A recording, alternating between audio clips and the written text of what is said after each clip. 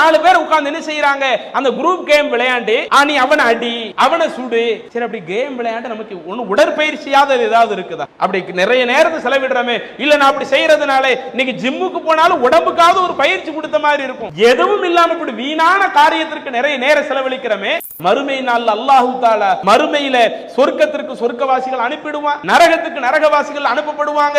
இப்படி சொர்க்கத்திற்கும் நரகத்திற்கும் ஆட்கள் அனுப்பப்பட்ட பிறகு சொர்க்கவாசிகள் நரகவாசிகளை பார்த்து கேட்பாங்களாம், மா சலகக்கும் ஃபீ சகர், இப்படி சக்கர்னு சொல்லக்கூடிய நெருப்புல விழுந்து கிடக்குறீங்களே, எதுக்காக இப்படி நெருப்புல விழுந்து கிடக்குறீங்கன்னு கேட்கும் பொழுது அப்போது அவர்கள் சொல்லுவார்களாம், லம் நகு மினல் முஸல்லீம், முதலாவது காரணம் நாங்க நரகத்திற்கு வந்தது தொழுகையை ஒழுங்கா கடைபிடிக்கல. அல்லாஹ் அதுதானே எங்கள்கிட்ட முதல்ல எதிர்பார்த்தா. நாங்க அந்த இபாதத்துல இந்த உலகத்துல அல்லாஹ் எங்கள்கிட்ட எதிர்பார்த்தது எத்தனை வருஷம் நாம வாழ்ந்தோமோ அந்த தொழுகையை நாங்க கடைபிடிக்கல. வலம் நகு மின் நுத்இமில் மிஸ்கீன், ஏழைகளுக்கு உணவளிக்க சொல்லி அல்லாஹ் சொன்னா அதை நாங்க ஒழுங்கா கடைபிடிக்கல. அடுத்து சொல்லுவாங்களா, வகுன்னா நஹூது மஅல் ஹாயிதீன், சில நபர்கள் தங்களுடைய நேரங்களை வீணான காரியத்துல செலவழிச்சாங்க. எதுல அவங்களுக்கு எந்த பிரயோஜனம் இல்லையோ, எதுல இந்த இஸ்லாமிய மார்க்கத்துல எந்த பிரயோஜனம் இல்லையோ, இப்படி பிரயோஜனம் இல்லாத வீணான காரியத்தில் சில நபர்கள் தங்களுடைய நேரத்தை செலவழிக்கும் பொழுது அவங்கள பார்த்து நாங்க சுதாகரிக்கணுமே, நாங்க என்ன பண்ணிட்டோம், அவங்களோடு சேர்ந்து நாங்களும் எங்க நேரத்தை வீணா கழிச்சிட்டோம், அதுதான் எங்களை இந்த மாதிரி நரகத்துல கொண்டு வந்து தள்ளிடுச்சு என்று மறுமை நாள்ல நரகவாசிகள் காரணம் சொல்லுகிறார்கள் என்றால் இப்படிப்பட்ட ஒரு நிலையில அல்லாஹ் தஆலா நம்மள ஆக்கணுமா? கொஞ்சம் யோசிச்சு பாருங்க. அஸ்ஸலாமு அலைக்கும் வரஹ்மத்துல்லாஹி பரகாத்துஹு. அன்பிற்குரிய சகோதரர்களே, பள்ளிக்கூடத்துல படிக்கக்கூடிய அந்த காலத்துல நமக்கு வழிகாட்டுவதற்கான சில நபர்கள் அவசியம் தேவைப்படும். நம்மை பெற்றெடுத்த பெற்றோர்கள் நமக்கு பல செய்திகளை எடுத்து சொல்லி இப்படி நடனம் வழிகாட்டுவாங்க. நம்மளோடு பழகக்கூடியவங்க இந்த மாதிரி உன்னுடைய வாழ்க்கையை அமைச்சுக்க வழிகாட்டுவார்கள். இன்னும் நாம ஒரு ஸ்கூல்ல படிக்கிறோம்னா அந்த ஸ்கூல்ல உள்ள ஆசிரியர்களும் நீ உன்னுடைய வாழ்க்கையை இந்த மாதிரி அமைச்சுக்க, உன்னுடைய கல்வியை இந்த மாதிரி அமைத்துக்கொள், இப்படி அமைத்து கொண்டால்தான் உன்னுடைய வாழ்க்கை சிறப்பாக இருக்கும் என்று இதற்கு முந்தைய பருவத்தில் பல நபர்களுடைய வழிகாட்டுதலோடு நாம் இந்த உலக வாழ்க்கையில் இருந்திருப்போம். ஆனால் இப்ப இருக்கக்கூடிய பருவம் இது எத்தகைய ஒரு பருவமா இருக்குதுன்னா, எத்தனை நபர்கள் நமக்கு அறிவுரை சொன்னாலும் அதுல நிறைய அறிவுரைகளை நாம உள் வாங்கிக்க மாட்டோம். பல நேரங்களில் சொல்லப்படக்கூடிய அறிவுரைகள் இன்றைக்கு காலேஜில் ஆசிரியர்கள் சொல்லாத அறிவுரையா, அல்லது இந்த சந்தர்ப்பத்திலேயும் நம்முடைய பெற்றோர்கள் சொல்லாத அறிவுரையா, அல்லது சமூக மக்கள் அவங்க சொல்லாத அறிவுரையா? எத்தனையோ பல மக்கள் நமக்கு அறிவுரை சொன்னாலும் அதுல பல நேரங்கள்ல அவங்க சொல்லக்கூடிய அறிவுரையை ஒரு காதில் வாங்கி இன்னொரு காதில் விட்டு விடுவோம். வேணா இப்ப நம்ம என்ன உணர்ந்திருக்கிறோம், நமக்குன்னு ஒரு குறிப்பிட்ட ஒரு பருவம் வந்து விட்டது, இனிமே நமக்குன்னு அட்வைஸ் பண்றதுக்கு யாரும் இருக்கக்கூடாது. அதனால தான் இது போன்ற சந்தர்ப்பத்தில் இருக்கக்கூடிய இது போன்ற நிலையில் இருக்கக்கூடிய மாணவர்களுக்கு சில நேரங்கள்ல யாரேனும் அறிவுரை சொன்னாலும் அவங்கள பார்த்தாலேயே பிடிக்காது. ஸ்கூல்ல பாடம் நடத்துறதை விட்டுட்டு ஆசிரியர் அறிவுரை சொல்லட்டுமே, அல்லது காலேஜில் ப்ரொஃபசர் அறிவுரை சொல்லட்டுமே, என்ன இவ்வளவு நாள் பாடத்தை ஒழுங்காத்தானே நடத்திக்கிட்டு இருந்தாரு, இப்ப எதுக்கு நமக்கு அறிவுரை சொல்ல வந்துட்டாரு என்று பிறர் அறிவுரை சொன்னாலேயே அதை ஏற்றுக்கொள்ளக்கூடிய மனோபக்குவம் இந்த வயதில் இருக்கக்கூடிய நமக்கு பெரும்பாலும் இருப்பதில்லை. ஏன்னா நம்ம குறிப்பிட்ட அளவு நமக்கு விவரம் வந்துருச்சே, இனிமே எதுக்கு நாம அடுத்தவங்களுடைய அட்வைஸ் கேட்கறது? வேணா நம்மளோடு பழகக்கூடிய நட்பு வட்டத்தில் உள்ளவங்க அவங்க ஒரு கருத்தை சொல்லட்டும், அதை நாம விரும்பினா ஏத்துக்குவோம், விரும்பினா விட்டுக்குவோம். நம்ம நட்பு வட்டத்தை தாண்டி அடுத்தவர்கள் சொல்லக்கூடிய அறிவுரைகள் எல்லாம் அது நம்ம கேட்க வேண்டிய அவசியம் இல்லை என்கிற அளவிற்கு இன்றைக்கு இந்த பருவத்தில் இருக்கக்கூடிய பல நபர்களுடைய நிலைகளை பார்க்க முடியுது. அதனால தான் இன்றைக்கு அந்த டீனேஜ் பருவத்தில் இருக்கக்கூடிய அந்த நபர்கள்ட்ட போய் கேளுங்களேன், நீங்க எதுக்காக படைக்கப்பட்டீங்க, நாம் இந்த உலகத்தில் இப்ப இருக்கிறதனுடைய நோக்கம் என்ன என்று கேட்டால் ஒவ்வொருவரும் ஒவ்வொரு விதமான கருத்து சொல்லுவோம். அதுல முதன்மையான கருத்து என்ன இருக்கும், நான் படிக்கிறது இது என்னுடைய எதிர்காலத்துக்காக நான் படிக்கிறேன், என்னுடைய குடும்பத்தை நல்ல நிலைக்கு கொண்டு வரணும்னு சொன்ன, நான் பொருளாதாரத்துல நல்ல நிலையில என்னுடைய குடும்பத்தை காப்பாற்றணும்னா அதுக்காக எனக்கு படிப்புங்கிறது தேவைப்படுது. ஆனால் இது என்னுடைய முக்கியமான நோக்கம் கிடையாது. நான் இந்த உலகத்துல இருக்கும் காலமெல்லாம் எப்படி ஒரு பக்கம் கல்வி கற்பதற்காக பொருளாதாரம் சம்பாதிப்பதற்காக பாடுபடுகிறேனோ அதை விட எனக்கு என்னெல்லாம் பிடிக்குதோ அதை நான் செய்யணும். இந்த உலகத்துல என்னென்ன இன்பங்கள் இருக்குதோ அனைத்து இன்பங்களையும் நான் அனுபவிக்கணும். ஒரு இதை கூட நான் விட்டுறக்கூடாது. இந்த உலகத்துல எவ்வளவு நாள் நான் இருக்க போறேன்னு தெரியாது. முதுமை விட்டால் என்னால பல இன்பங்களை அனுபவிக்கவும் முடியாது. எனவே இந்த இளமையாக இருக்கக்கூடிய காலகட்டத்திலேயே என்னென்ன ஜாலிகளை என்னென்ன சந்தோஷங்களை அனுபவிக்க வேண்டுமோ அவ்வளவையும் நான் அனுபவிக்க வேண்டும், இதுதான் என்னுடைய முக்கியமான ஒரு இலக்காக இருக்கிறது என்று இது போன்ற அந்த இளமை பருவத்தில் இருக்கக்கூடியவங்க இந்த உலகத்தில் படைக்கப்பட்ட பிரதான நோக்கமே எல்லா இன்பங்களையும் அனுபவிக்கணும் என்றுதான் சொல்லிக் கொண்டிருக்கிறார்கள். சரி, அதுல பல விஷயங்கள் மார்க்கத்துக்கு மாற்றமா இருக்குது, இஸ்லாம் தடுத்த விஷயமா இருக்குது. அப்படி இஸ்லாம் தடுத்த விஷயமாக இருந்தாலும் எனக்கு பிரச்சனை இல்லை. எனக்கு ஒரு ஜாலி வேணும், எனக்கு ஒரு சந்தோஷம் வேணும். அந்த ஜாலிக்காக சந்தோஷத்திற்காக எனக்குன்னு ஒரு வரையறைப்படுத்துவதற்கு எதுவும் இருக்கக்கூடாது. நான் முஸ்லீமாக இருந்தால் அந்த இஸ்லாத்தை எனக்கு பிடித்த விஷயத்தில் மட்டும் எடுத்துக்குவேன், மற்ற என்னை கட்டுப்படுத்தக்கூடிய விஷயத்தில் நான் இஸ்லாத்தை எடுத்துக்க மாட்டேன் என்கிற ஒரு நிலை இன்றைக்கு முஸ்லிம் மாணவர்களுக்கு மத்தியிலேயே இருந்து கொண்டிருக்கிறது. அப்பதான் இந்த ஜமாத் நாம கவனிக்கிறோம், இப்படியே மாணவர்கள் செல்வது சரியல்ல. இன்றைக்கு நீங்க பாத்தீங்கன்னா எத்தனையோ அரசியல் கட்சிகள் மாணவர்களை முக்கிய இலக்காக வச்சு இன்னைக்கு கட்சி நடத்துவாங்க. அது டிஎம்கேவா இருக்கட்டும், ஏடிஎம்கேவா இருக்கட்டும், அல்லது இன்னொரு அரசியல் கட்சிகளாக இருக்கட்டும், எல்லாரும் மாணவர்களை மிக முக்கிய இலக்காக வைப்பாங்க. குறிப்பாக எந்த காலேஜுக்கு போனாலும் அதுக்குன்னு தனித்தனி குழுக்களாக செயல்படக்கூடிய அளவிற்கு இன்றைக்கு ஒவ்வொரு கட்சிகளும் மாணவ பருவத்தில் உள்ளவர்களை முக்கிய ஒன்றாக எடுப்பார்கள். அதே போல இஸ்லாமிய இயக்கங்களிலேயும் ஏராளமான இயக்கங்கள் இருக்கிறார்கள். எப்படி நம்மளுடைய தமிழ்நாடு தௌஹீத் ஜமாத் என்கிற ஒரு அமைப்பு தமிழகத்தில் இருக்கிறதோ அதே போல எத்தனையோ பல அமைப்புகள் இஸ்லாமிய அமைப்புகளும் இருக்கத்தான் செய்கிறது. இதுல எல்லா இஸ்லாமிய அமைப்புகளும் மாணவர்களை ஒரு இலக்காக வைப்பார்கள்.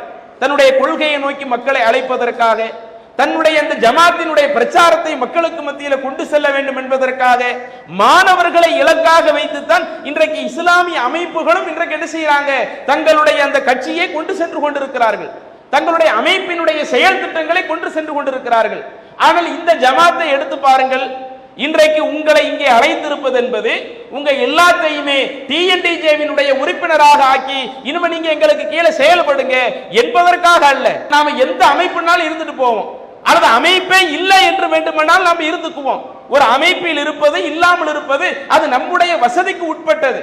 ஆனால் இறைவன் நம்மை எப்படி வாழ சொல்லுகிறான், நம்மளை எந்த மாதிரி இறைவன் இந்த உலகத்தில் எதிர்பார்க்கிறான், நாம நினைச்சபடி இந்த உலகத்தில் வாழ்ந்து கொள்ளலாமா, அல்லது நமக்கென்று இறைவன் சில கட்டுப்பாடுகளை போட்டு இருக்கிறானா என்பதை முஸ்லிம்களாகிய நாம் ஒவ்வொருவரும் இறைவன் சொல்லக்கூடிய அந்த வார்த்தையோடு ஒப்பிட்டு பார்க்க கடமைப்பட்டு இருக்கிறோம். அல்லாஹ் தஆலா தன்னுடைய திருமறையில ஒரு வசனத்துல நம்ம எல்லாத்தையுமே பார்த்து ஒரு கேள்வி கேட்கிறான். அஃப ஹஸிபத்தும் அன்னமா ஹலக்னாக்கும் அபஸா, மனிதர்களை நீங்கள் நினைத்துக் கொண்டிருக்கிறீர்களா, அன்னமா ஹலக்னாக்கும் அபஸா, நாம உங்களை வீணா படைச்சிருக்கிறோம், எந்த ஒரு காரணமுமே இல்லாம இறைவனாகிய நாம் உங்களை படைத்திருக்கிறோம் என்று நீங்கள் எண்ணிக்கொண்டு விட்டீர்களா, அன்னக்கும் இலைனா லா துர்ஜஊன், நீங்கள் மறுமை நாளில் என்னிடம் கொண்டு வரப்பட மாட்டீர்கள் என்று நினைத்துக் கொண்டிருக்கிறீர்களா. அல்லாஹ் ரெண்டு விஷயத்தை நம்ம பார்த்து கேள்வி கேட்கிறான். இது இங்க இருக்கக்கூடிய இளைஞர்களையும் குறிக்கும், இங்கு முதியவர்களாக இருந்தால் அவர்களுக்கும் இந்த கட்டளை பொருந்தும். அல்லாஹ் நம்மளை பார்த்து என்ன சொல்றான், நான் உங்களை படைத்திருக்கிறேன் என்று சொன்னால் எந்த நோக்கமுமே இல்லாம, நான் எந்த ஒரு எதிர்பார்ப்புமே இல்லாம உங்களை இந்த உலகத்துல படைக்கல. ஆனா இன்னைக்கு நம்மள்ட்ட என்ன நினைப்பு இருக்குது, எனக்குன்னு யாரும் எதுவும் சொல்லக்கூடாது, இறைவனுடைய கட்டளையா அதை கூட நான் இரண்டாவது பட்சமாகத்தான் பார்ப்பேன், முதல்ல எனக்கு என்ன விருப்பமோ அதைத்தான் நான் செய்வேன் நினைக்கிறேமே. ஆனால் நம்ம எல்லாத்தையும் படைத்த இறைவன் சொல்லுகிறான், நான் உங்கள் அனைவரையும் வீணாக படைக்கவில்லை, அன்னக்கும் இலைனா லா துர்ஜஊன், இன்னும் நீங்கள் மறுமை நாளில் என்னிடத்தில் கொண்டு வரப்படாம இருப்பீங்க, நீங்க இறைவன் முன்னாடி நிக்காம இருப்பீங்க என்று நீங்கள் நினைத்து விடாதீர்கள். ஃபதஅலல்லாஹுல் மலிகுல் ஹக், அந்த உண்மையான அதிபதியாக இருக்கிற அரசனாக இருக்கக்கூடிய அல்லாஹ் உயர்ந்தவன் என்று அல்லாஹ் தன்னுடைய திருமறையில் சொல்றானே. அப்ப இந்த வசனம் நமக்கு சொல்லக்கூடிய கருத்து என்ன, இன்றைக்கு இங்கே குழுமி இருக்கக்கூடிய நாம பல நேரங்களில் இஸ்லாமிய சட்டங்களை பின்பற்றாவிட்டாலும் இறைவன் சொல்லக்கூடிய அந்த கூற்றுக்கு முக்கியத்துவம் கொடுப்போமா இல்லையா? அல்லாஹ் குர்ஆன்ல ஒன்னு சொல்லிவிட்டால் அதை நம்ம ஏற்று நடக்க வேண்டும் என்கிற ஒரு நிலைக்கு வருவோமா இல்லையா? அப்ப அல்லாஹ் நம்மளுடைய படைப்பை பற்றி சொல்லுகிற பொழுது நீங்க எந்த ஒரு நோக்கமும் இல்லாமல் இந்த உலகத்தில் படைக்கப்பட்டிருக்கிறீங்க அப்படின்னு அல்லாஹ் சொல்லல. நீங்கள் இந்த உலகத்தில் படைக்கப்பட்டிருக்கிறீர்கள் என்றால் அதற்கென சில நோக்கங்கள் இருக்கிறது. அதே மாதிரி குர்ஆன்ல இன்னொரு இடத்துல அல்லாஹ் தஆலா சொல்லுகிறான், மா ஹலக்கன ஸமாவாதி வல் அர்த, இறைவனாகிய நான் வானங்களையும் பூமியையும் வமா பைனஹுமா, இன்னும் அந்த வானங்களிலேயும் பூமிகளிலேயும் என்னென்ன இருக்கிறதோ அத்துணை விஷயங்களையும் இல்லா பில் ஹக், சில காரணங்களோடு தான் படைத்திருக்கிறேன். இன்னைக்கு 7 வானங்கள் இருக்குதா இல்லையா? இஸ்லாமிய மார்க்கம் அந்த வானங்களை பற்றி குறிப்பிடுகிற பொழுது 7 வானங்கள் இருப்பதாக குறிப்பிடுகிறது. அதே போல நாம இருக்கக்கூடிய இந்த பூமியை இஸ்லாம் குறிப்பிடுகிறது. அல்லாஹ் சொல்றான், வானமா இருக்கட்டும் பூமியா இருக்கட்டும், அந்த வானங்கள் பூமியில் இருக்கக்கூடிய உயிரினங்கள் உயிரற்ற பொருட்கள் எதுவா இருக்கட்டும், எதை நான் படைத்தாலும் இல்லா பில் ஹக், தகுந்த காரணத்திற்காகத்தான் படைத்திருக்கிறேன். காரணமே இல்லாம நான் இப்படி படைக்கல என்று அல்லாஹ் தஆலா சொல்லிவிட்டு அஜலி முசம்மா, எல்லாத்திற்கும் ஒரு குறிப்பிட்ட தவணையையும் கொடுத்திருக்கிறோம். இன்னைக்கு தவணைங்கிறது மனுஷனுக்கு மட்டும் கிடையாதுங்க. வான பூமி இருக்குதுன்னா வான பூமிக்கு ஒரு தவணை இருக்குது. வான பூமிக்கான தவணைனா என்ன? எப்ப கியாம நாள் வந்து விடுகிறதோ இப்ப இருக்கிற வானம் அப்படியே இருக்காது. மறுமை நாள் நம்புறமா இல்லையா? அந்த மறுமை நாளிலே இப்ப இருக்கக்கூடிய வானத்தை அல்லாஹ் தஆலா டோட்டலாக மாற்றி விடுவான். இப்ப இருக்கிற பூமியை அல்லாஹ் தஆலா உண்டு இல்லைன்னு ஆக்கிடுவான். இப்படி வானமா இருந்தாலும் பூமியா இருந்தாலும் எந்த ஒரு உயிரினமா இருந்தாலும் எல்லாத்திற்கும் நாம் சில குறிப்பிட்ட காலக்கெடுவை வைத்திருக்கிறோம் என்று சொல்லக்கூடிய இறைவன் அனைத்தையும் ஒரு குறிப்பிட்ட காரணத்திற்காகத்தான் நான் படைத்திருக்கிறேன் என்று அல்லாஹ் சொல்லிவிட்டு அதற்கடுத்து தான் முக்கியமாக சொல்லுகிறான், வல்லதீன கஃபரு அம்மா உந்திரு. இதுல யார் இறைவனை ஏற்றுக்கொண்டு நடக்கிறாங்களோ அவங்க கரெக்டா நடந்துக்குவாங்க. என்ன காரணத்திற்காக அல்லாஹ் தஆலா நம்மளை படைச்சிருக்கிறானோ அந்த காரணத்தை புரிந்து நடந்து கொள்வார்கள். ஆனால் யார் இறைவனை வல்லதீன கஃபரு, இறைவனை மறுத்து வாழக்கூடியவர்களாக இருக்கிறார்களோ, அப்படி இறைவனை மறுக்கக்கூடியவர்கள் தான் அம்மா உந்திரு முஅரிதுன், எதுவெல்லாம் அவர்களுக்கு எச்சரிக்கப்படுகிறதோ அந்த எச்சரிக்கப்படக்கூடிய செய்திகளை எல்லாம் அவர்கள் புறக்கணித்தவர்களாக இருப்பாங்க. அப்ப இதில் அல்லாஹ் சொல்லக்கூடிய முக்கியமான கருத்து என்ன? இன்றைக்கு நாம இது ஜாலியா இருக்கிற ஒரு பருவம், சந்தோஷமா இருக்க வேண்டிய ஒரு பருவம், நமக்குன்னு எந்த ஒரு கட்டுப்பாடுகளும் இருக்கக்கூடாது, நாம விரும்பினதை செய்யற மாதிரி இருக்கணும். நம்ம நட்பு வட்டத்துல யாரேனும் ஒருவர் நம்மை சீர்திருத்தக்கூடிய ஒரு வேலை செஞ்சாலும் பல நேரங்கள் அவங்கள நம்மளுக்கு பிடிக்கிறது இல்லை.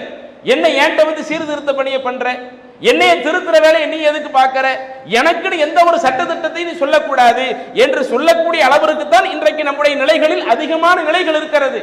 ஆனால் அல்லாஹ் சொல்லுகிறான், இறைவனை ஏற்றுக்கொண்ட நம்பிக்கை கொண்ட மக்கள், உண்மையான முஸ்லிம்களாக வாழக்கூடியவர்கள், அவர்களுக்கு ஏதேனும் சில செய்திகளை எடுத்து சொல்லப்பட்டு இப்படி நடங்க என்று சொல்லப்பட்டால், அல்லது அல்லாஹ் தடுத்த விஷயங்கள்ல ஏதேனும் சில செய்திகள் எடுத்து சொல்லப்பட்டு இப்படி நடக்காதீங்க என்று அவர்களுக்கு சொல்லப்பட்டால், ஏக இறைவனை ஏற்றுக்கொண்டவர்கள் அதற்கு அப்படியே கட்டுப்பட்டு நடப்பார்கள். யாரிடத்தில் அந்த இறை நம்பிக்கை சரியாக இல்லையோ, யார் அந்த இஸ்லாத்தில் சரியாக இல்லையோ, அவர்கள் இறைவனுடைய சட்டங்களை புறக்கணிக்கக்கூடியவர்களாக இருப்பார்கள் என்று அல்லாஹ் சொல்லி காட்டுகிறானே. அப்ப இந்த வசனமும் நமக்கு சொல்லுகிறது, இறைவன் நம்மை படைத்த மிக முக்கியமான ஒரு காரணம் நாம நினைச்சதையெல்லாம் செய்வதற்காக இங்கு படைக்கல. நம்மை இறைவன் படைத்து விட்டு நமக்கான அத்துணை ஏற்பாடுகளையும் இறைவன் செய்துவிட்டு அதுல என்னுடைய கட்டளைக்கு இந்த அடியார்கள் எப்படி கட்டுப்பட்டு நடக்கிறாங்க என்று சோதித்து பார்ப்பதற்காகத்தான் அல்லாஹ் இந்த உலக வாழ்க்கையவே நமக்கு ஏற்படுத்தி இருக்கிறான். அப்ப நாம உலகத்துல எதற்காக படைக்கப்பட்டிருக்கிறோம்? நாம விரும்பின காரியத்தை செய்து இப்படியே நாம நம்முடைய வாழ்க்கையை கொண்டு போகணும் என்பதற்காக படைக்கப்படவில்லை. நம்மை படைத்த இறைவன் நம்மை எப்படி வழி நடத்துகிறானோ, அல்லாஹ் நம்மளை எப்படி நடக்க சொல்றானோ அப்படி இறைவனுடைய வழிகாட்டுதலுக்கு இணங்க நாம் நடக்க வேண்டும் என்பதற்காகத்தான் அல்லாஹ் நம்மை படைத்திருக்கிறான். சரி, அப்படி அல்லாஹ் இன்னைக்கு நமக்கு எதையெல்லாம் வழிகாட்டுகிறான்? ஒண்ணு ஒண்ணா யோசிச்சு பாருங்க. அல்லாஹ் தஆலா நமக்கு வழிகாட்டக்கூடிய செய்திகள் என்று எடுத்து பார்த்தால் ஏராளமான செய்திகள் இருக்கிறது. அதுல மிக முக்கியமான ஒரு செய்தி அல்லாஹ் குர்ஆனிலே சொல்லுகிறான், வ கல்லா ரப்புக அல்லா தஅபுது இல்லா இய்யா, நான் இந்த மனிதர்களுக்கு விதித்திருக்கிறேன், சட்டமாக ஆக்கி இருக்கிறேன். அல்லாஹ்வே குர்ஆன்ல சொல்றான். இந்த மனிதர்களுக்கு நாம எதை சட்டமாக ஆக்கி இருக்கிறோம்? அல்லா தஅபுது இல்லா இய்யாஹு, இறைவனாகிய என்னை தவிர வேறு யாரையும் வணங்க கூடாது என்பதை நான் இந்த மனிதர்களுக்கு சட்டமாக ஆக்கியிருக்கிறேன் அப்படின்னு அல்லாஹ் சொல்லி காட்டுறான். அப்ப இறைவன் நம்மள்ட்ட எதிர்பார்க்கக்கூடிய அம்சங்கள்ல முதலாவது அம்சமே இதுதான், ஏகத்துவ கொள்கையில கரெக்டா இருக்கணும். இன்னைக்கு நாம எல்லாருமே ஏகத்துவ கொள்கையை கலிமாவாக முன்மொழிகிறோம். லா இலாஹ இல்லல்லாஹ் முஹம்மது ரசூலுல்லாஹ், எல்லாருமே இந்த வார்த்தையை நம்முடைய நாவுகள்ல சொல்லிக்கிட்டு இருக்கிறோம். லா இலாஹ இல்லல்லாஹ் என்றால் என்ன அர்த்தம்? வணங்கப்படுவதற்கு தகுதியானவன் அல்லாஹ் ஒருவன் தான் இருக்கிறான். அந்த அல்லாஹ்வுடைய இடத்தை நான் வேற யாருக்கும் கொடுக்க மாட்டேன். முஹம்மது ரசூலுல்லாஹ் என்றால் என்ன அர்த்தம்? நான் பின்பற்றப்படுவதற்கு தகுதியாக முஹம்மது நபியை மட்டும்தான் அளவுகோலாக பார்ப்பேன். முஹம்மது நபி ஒன்று சொல்லிட்டாங்களா, நான் கேட்க ஆரம்பிச்சிருவேன், அதுக்கு நான் அப்படியே கட்டுப்பட ஆரம்பிச்சிருவேன். முஹம்மது நபி இல்லாம வேற ஒரு ஆள் ஒரு கருத்தை சொல்றாங்களா, அதுக்கு மார்க்கு அங்கீகாரம் கொடுக்க மாட்டேன் என்கிற இதுதான் இஸ்லாத்தினுடைய ஒரு அடிப்படை. இன்னைக்கு இந்த அடிப்படையில் நாம் சரியாக இருக்கிறோமா? இந்த உலகத்துல படைக்கப்பட்ட பிரதான நோக்கமே நாம அல்லாஹ்வுடைய கட்டளைக்கு கட்டுப்படுறது. அதுல அல்லாஹ் தஆலா முதலாவது நமக்கு சொல்றது வகலா ரப்புக அல்லா தஅபுது இல்லா இய்யா, நீங்கள் படைத்த ஏக இறைவன் ஒருவனை மட்டுமே வணங்க வேண்டும், அந்த இறைவனுக்கு யாதொன்றையும் இணை கற்பிக்க கூடாது, யாரையும் இணை வைக்க கூடாது என்று அல்லாஹ் தஆலா குறிப்பிடுகிறானே. இன்னைக்கு நம்முடைய சமுதாயத்தில் இளைஞர்கள் எப்படி இருக்கிறார்கள்? எவ்வளவு இணை வைப்பான காரியத்துல போய் விழுந்து கிடக்கிறாங்க. பல இடங்கள்ல பார்க்கிறோம். இஸ்லாத்தில் இல்லாத தர்காக்களை கட்டி வைத்திருக்கிறாங்க. இறந்தவர்களை இவர்கள் மகான்கள் புனிதர்கள் என்று சொல்லி அவரை அடக்கம் செய்துவிட்டு ஒரு பக்கம் சில மக்கள் அவங்கள்ட்ட போய் பிரார்த்தனை செய்து கொண்டிருக்கிறார்கள். இறந்தவங்கள்ட்ட போய் துவா செஞ்சுக்கிட்டு இருக்கிறாங்க. நீங்க எங்க நோயை குணப்படுத்திருங்க, நீங்க எங்க வறுமையை நீக்கிடுங்க, நீங்க எங்க கஷ்டத்தை நீக்கிடுங்க என்று இறைவனிடத்துல வைக்க வேண்டிய கோரிக்கைகளை நம்முடைய இஸ்லாமிய சமூகத்திலே சில மக்கள் இறந்தவங்கள்ட்ட போய் கோரிக்கை வைக்கிறாங்க. இதுல இளைஞர்கள்ட்ட இருக்கிற ஒரு பிரச்சனை என்னன்னா, சில இளைஞர்கள்ட்ட இது போன்ற நம்பிக்கைகள் எல்லாம் இருக்காது. நம்ம அல்லாஹ்ட்ட மட்டும்தான் துவா செய்யணும், ஆனா அல்லாஹ்வை தவிர்த்து வேற யாரிடத்திலேயும் பிரார்த்தனை செய்யக்கூடாது, இறைவனுக்கு இணை வைக்க கூடாது என்கிற ஒரு சிந்தனை இருந்தாலும் பல இடங்கள்ல இன்றைக்கு தர்காக்கள்ல விழாக்கள் நடத்தப்படுகிறது. அந்த விழாக்கள் நடத்தப்படக்கூடிய நிகழ்ச்சிகள்ல கணிசமான இளைஞர் பட்டாளத்தையும் பார்க்க முடிகிறது. நம்முடைய சமூகத்தில் உள்ள இளைஞர்கள் போறாங்களா இல்லையா? தர்காக்கள் ஏதோ ஒரு உருஸ் எடுக்கிறாங்கன்னு வைங்க, ஏதோ ஒரு கொடியேற்றம் வைக்கிறாங்கன்னு வைங்க, அந்த உருசு கொடியேற்றம் போன்ற நிகழ்ச்சிகள் நடைபெறுகிற பொழுது தடுக்க வேண்டிய இடத்தில் இருக்கக்கூடிய இளைஞர்கள் இப்படி மார்க்கத்திற்கு மாற்றமாக இருக்கிறது, மார்க்கத்துக்கு மாற்றமான இந்த காரியத்தை செய்யாதீங்க என்று தடுக்க வேண்டிய இடத்தில் இருக்கக்கூடிய அந்த இளைஞர் பட்டாலும் அந்த நிகழ்ச்சியில ஆளா போய் நிக்கிறது. இன்னும் சொல்ல போன அங்க போய் நிற்பது மட்டுமல்லாமல் எவ்வளவு மார்க்க வரம்புகளை மீறி சினிமா பாட்டுகளை பாட வைக்கிறது, சினிமா பாட்டுகள் இசை கச்சேரிகள் அங்கே ஒழிக்கப்படுகிற பொழுது அந்த பேரணியிலே ஊர்வலத்துல ஆட்டம் போடக்கூடிய இளைஞர்கள் இருக்கிறாங்களா இல்லையா? இதுதான் அல்லாஹ் எதிர்பார்த்ததா? இதுவெல்லாம் இன்னைக்கு மத்த சமூகத்துல செய்வாங்க. மத்த சமூகத்துல ஒரு கோவில் கொடை வருகிறதுன்னு வைங்க, அல்லது வேற ஏதோ ஒரு நிகழ்ச்சின்னு வைங்க, அவர்களுடைய வணக்க வழிபாடாகவே அவங்க எதை வச்சிருக்கிறாங்க, அவங்க ஒரு பக்கம் கடவுளை கும்பிடுவதை போல இன்னொரு புறம் சினிமா பாட்டுகளை பாட வைப்பது, இசை கச்சேரிகளை அங்கே ஏற்பாடு செய்வது, அங்கே இருந்து ஆட்கள் ஆடுவது, அதை அவர்கள் ஒரு வணக்கமாக செய்கிறார்கள். நாம அதுக்கு உள்ள போக விரும்பல, அவங்க செய்யறது சரியா தவறா என்று அவங்களுடைய கொள்கைக்கு உள்ள போக விரும்பல. ஆனா இன்னைக்கு இஸ்லாமிய மார்க்கத்தில் அது நடக்குது. எத்தனையோ தர்காக்களில் நிகழ்ச்சிகள் நடக்கிற பொழுது, கொடியேற்ற நிகழ்ச்சிகள் நடக்கிற பொழுது, சந்தனக்கூடு நிகழ்ச்சிகள் நடக்கிற பொழுது ஒண்ணு வேண்டாம், மீலாது விழா இப்ப நடந்துச்சா இல்லையா? அந்த மீலாது விழா பல இடங்கள்ல ஊர்வலத்துக்கு போறாங்க. மீலாது விழாவினுடைய நோக்கம் என்ன? இஸ்லாம் நமக்கு அப்படி எதுவுமே சொல்லல. அல்லாஹ்வின் தூதர் பிறந்த தினம், அது ஒரு புனித தினம், இதுல எல்லாரும் ஊர்வலம் போங்க, இஸ்லாம் நமக்கு அப்படி கட்டளை இடல. அதே போல அன்றைய தினத்தில் அல்லாஹ்வின் தூதரை புகழக்கூடிய விதமாக நீங்கள் மௌலிது பாடலை படியுங்கள், இஸ்லாம் நமக்கு சொல்லவில்லை. சரி, இஸ்லாத்துல சொல்லப்படாத காரியத்தை தான் நாங்க ரசூலுல்லாஹி ஸல்லல்லாஹு அலைஹி வஸல்லம் மதிக்கிறோம் என்ற பெயரில் செய்கிறார்கள். அதுல பல மீலாது விழா ஊர்வலங்கள்ல பார்க்கிறோம், நம்முடைய சமூகத்தில் இருக்கக்கூடியவங்கள்ல பெரியவங்க அந்த ஊர்வலத்துல நடந்து போறாங்க, நம்மள இருக்கக்கூடிய மாணவர்கள், நம்மள இருக்கக்கூடிய இளைஞர் பட்டாளத்தினர் அங்கே அடிக்கப்படுகிற அந்த இசை நிகழ்ச்சிகளுக்கு ஏற்ப நடனம் ஆடிக்கொண்டிருக்கிறார்கள். வேட்டியை மடிச்சு கட்டி இப்படி நடனம் ஆடுவது, இதுதான் ரசூலுல்லாஹி ஸல்லல்லாஹு அலைஹி வஸல்லம் மதிக்கக்கூடிய முறையா? அப்ப கொஞ்சம் யோசிச்சு பாருங்க, இன்னும் அந்த மௌலீது வரிகள்ல எவ்வளவு சிறுக்கான காரியங்கள் நடக்கிறது. அப்ப அந்த சிறுக்கான காரியங்களை மக்களுக்கு எடுத்து சொல்லி அதிலிருந்து மீட்க வேண்டிய இடத்தில் இருக்கக்கூடியவர்கள் இன்றைக்கு அந்த சிறுக்கான காரியம் நடைபெறுகிற பொழுது அது ஒரு ஜாலியான ஒரு நிகழ்வு, அது ஒரு சந்தோஷமான ஒரு நிகழ்வு, இது நமக்கு ஒரு நிம்மதியை ஏற்படுத்தக்கூடிய ஒரு நிகழ்வு என்று சொல்லி அது போன்ற மார்க்கத்திற்கு மாற்றமான காரியத்தில் இன்றைக்கு சில இளைஞர் பட்டாள போய் நிக்கிறாங்களே, அதை அவர்கள் மார்க்கமாக நினைத்து செய்கிறார்களே, இது அல்லாஹ் நம்மள்ட்ட எதிர்பார்க்கல. அல்லாஹ் நம்மள்ட்ட எதிர்பார்க்கிறது என்ன? இறைவன் நமக்கு தந்திருக்கிற இந்த இளமை பருவத்தில் நாம் மார்க்கத்தையும் சரியாக படித்து எப்படி உலக கல்வி சரியாக படிப்பது நம்மளுடைய பொறுப்பா இருக்குதோ, இந்த சமுதாயத்தை வழிநடத்த வேண்டியது சரியான பொறுப்பா இருக்குதோ, அதே போல மார்க்க விவகாரங்களிலேயும் இஸ்லாமிய சட்டதிட்டங்களை அறிந்து எங்கெல்லாம் இந்த சமுதாயம் மார்க்கத்திற்கு மாற்றமாக போகிறதோ அப்போதெல்லாம் நாம் களமிறங்கி அவர்களை அந்த தீமையிலிருந்து காக்க வேண்டிய ஒரு பொறுப்பு நமக்கு இருக்கிறது. அல்லாஹ் குர்ஆன்ல சில இளைஞர்களை பற்றி சொல்லி காட்டுகிறான். குர்ஆன்ல 18வது அத்தியாயத்தை எடுத்து பாருங்கள். சூரா கஹ்ஃப் அந்த அத்தியாயத்தினுடைய பெயர், குகை, இது அந்த அத்தியாயத்தினுடைய பெயர். ஏன் அந்த சூராவுக்கு சூரா கஹ்ஃப்னு வருது?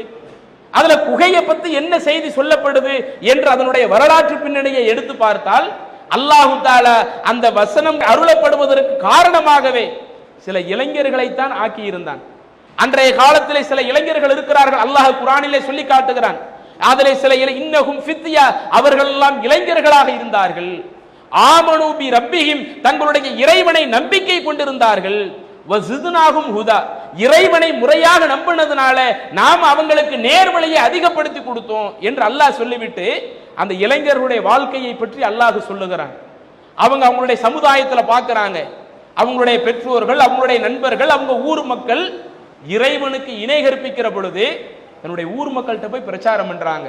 நம்மை படைத்த இறைவன் ஒருவன் இருக்க, அந்த இறைவனை விட்டுட்டு நீங்க இவைகளை எல்லாம் வணங்கிக்கிட்டு இருக்கிறீங்களே, இவைகளெல்லாம் நாம வணங்கப்படுவதற்கு தகுதியானது தானா? இதுக்கு தான் இறைவன் நம்மளை படைச்சிருக்கிறானா? எதுக்கு நீங்க இறைவனுக்கு இணை வைக்கிறீங்க என்று தன்னுடைய சமுதாய மக்களுக்கு பிரச்சாரம் செய்கிறார்கள்.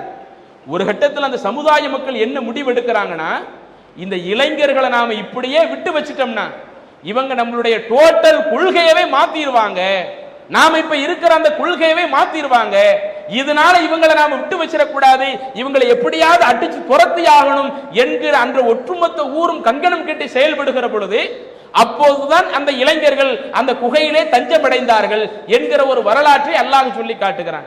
அப்ப இதுவெல்லாம் நமக்கு சொல்லக்கூடிய கருத்து என்ன? நீங்கள் எந்த ஜமாத்தில் வேண்டுமானாலும் இருங்க, உங்க எல்லாத்தையுமே மீண்டும் பதிய வைக்கிறோம், நீங்க தௌஹீத் ஜமாத்துல ஒரு உறுப்பினராக பயணிக்கணும் என்பதற்காக இந்த நிகழ்ச்சி அல்ல. இறைவன் நம்மை படைத்திருக்கிறான் என்றால் முதல்ல நாம் இந்த உலகத்தில் படைக்கப்பட்ட நோக்கம் நம்மை படைத்த இறைவனை மட்டுமே நாம் வணங்க வேண்டும். நாம் மட்டுமல்ல, நம்மை சார்ந்து இருக்கக்கூடிய நபர்கள் அவங்க இறைவனை மட்டுமே வணங்க வேண்டும்.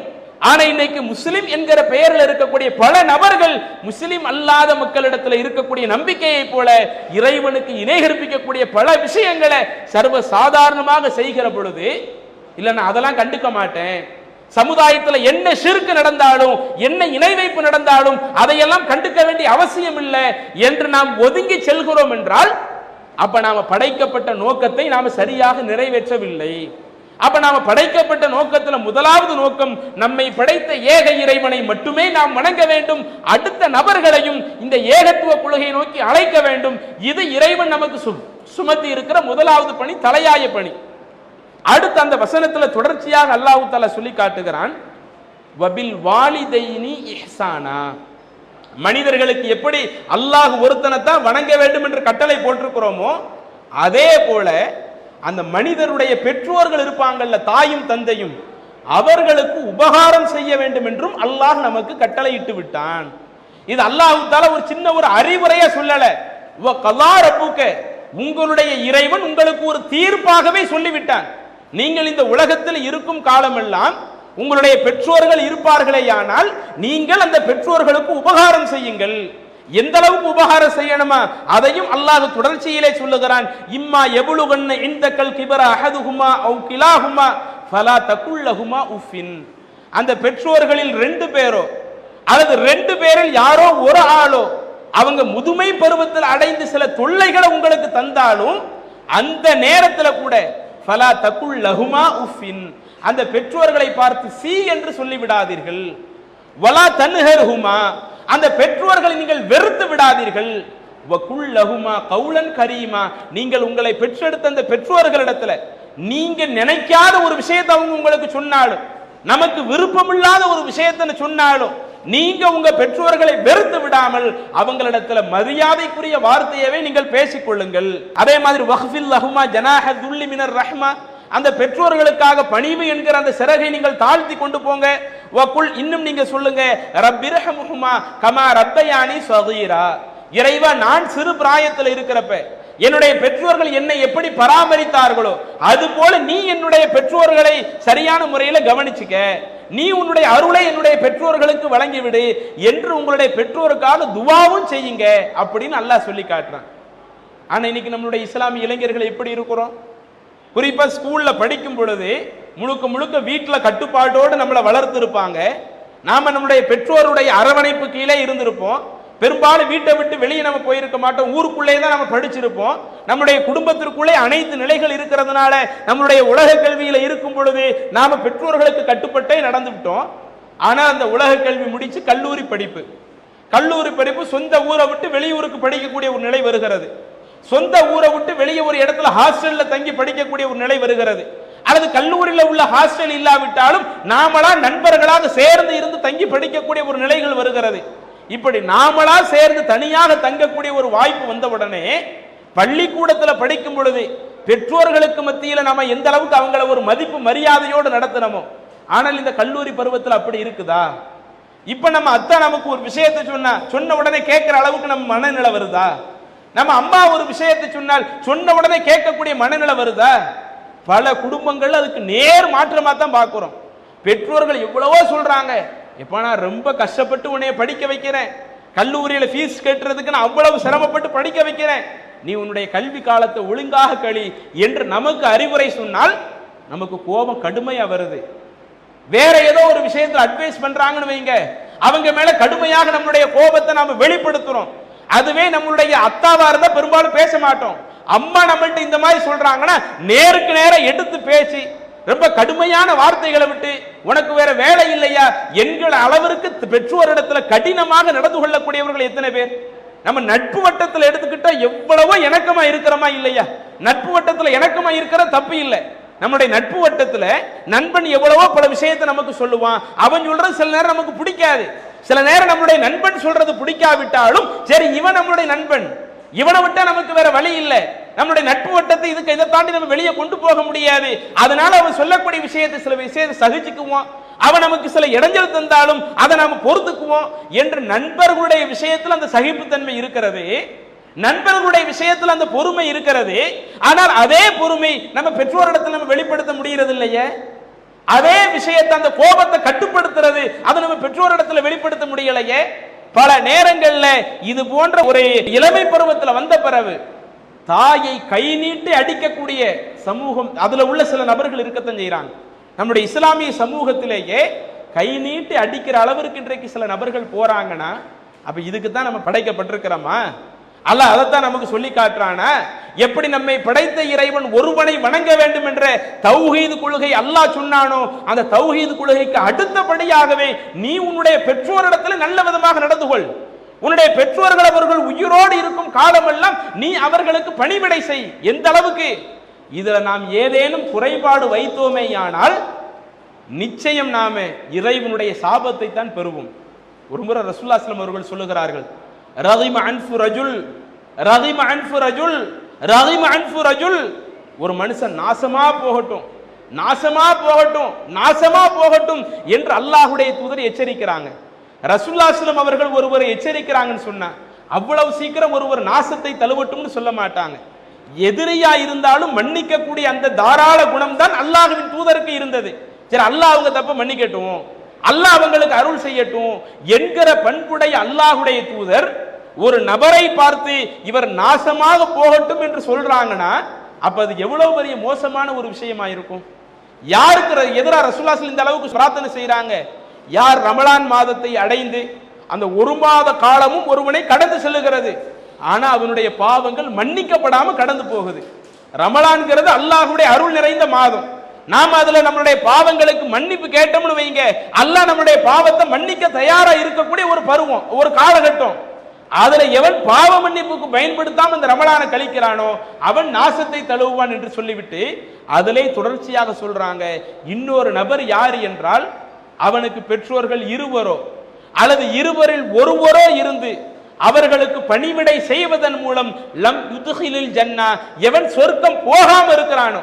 பெற்றோருக்கு பணிவிடை செஞ்சா மறுமையில சொர்க்கம் போகலாம். அப்படி சொர்க்கம் போவதற்குரிய ஒரு வாய்ப்பாக அல்லாஹ் பெற்றோர்களை தந்திருந்தும் அவர்களுக்கு பணிவிடை செய்யாமல், அவர்களுக்கு செய்யப்பட வேண்டிய அந்த உபதேசங்களை அது சரியான முறையில் செய்யாம, அல்லது அவர்களுக்கு தேவையான உதவிகளை சரியான முறையில் செய்யாம யார் மறுமையில் சொர்க்கம் போகாமல் இருக்கிறார்களோ அவர் நாசமா போகட்டும் அல்லாஹ்வுடைய தூதர் எச்சரித்தாங்களே. இதை இன்றைக்கு இந்த பருவத்தில் நாம அதிகமா சிந்திச்சு பார்க்க கடமைப்பட்டிருக்கிறோம். ஏன்னா பல நேரங்கள் அடுத்தவர்களை விட நம்ம பெற்றோர்கள் நமக்கு அறிவுரை சொல்லுகிற பொழுது ஒரு இயல்பாகவே நமக்கு அப்ப கோபம் வருது. நம்ம அத்தா மேல கோபம் வருது, நம்ம அம்மா மேல கோபம் வருது. ஆனால் நம்மை பெற்றெடுத்த பெற்றோர்கள் நம்மால் கோபத்திற்கு உரியவர்களாக இருந்து விடக்கூடாது. சில நேரங்களில் நமக்கு பிடிக்காத ஒரு காரியத்தை அவர்கள் செய்தாலும் இறைவனுக்காக பொறுத்து கொண்டு அவங்களிடத்துல நல்ல முறையில் பேசக்கூடிய நபர்களாகத்தான் இருக்கணும். அதனால தான் அல்லாஹ் சொல்றான், வயோதிக காலத்துல நீங்க பிடிக்காத பல விஷயத்தை தான் அவங்க செய்வாங்க. அப்படி பிடிக்காத பல விஷயத்தை செய்தாலும் ஃபலா தன்ஹருஹுமா, அந்த பெற்றோர்களை நீ வெறுத்து விடாதே. அவர்கள் வெறுக்கப்பட வேண்டியவர்கள் கிடையாது. இன்னும் இந்த உலகத்துல ஒருவன் அதிகம் அதிகம் நேசம் பாராட்டுவதற்கு தகுதியானவனாக அதுல முதல் இடத்துல அவனை பெற்ற தாயார் தான் இருப்பாங்க.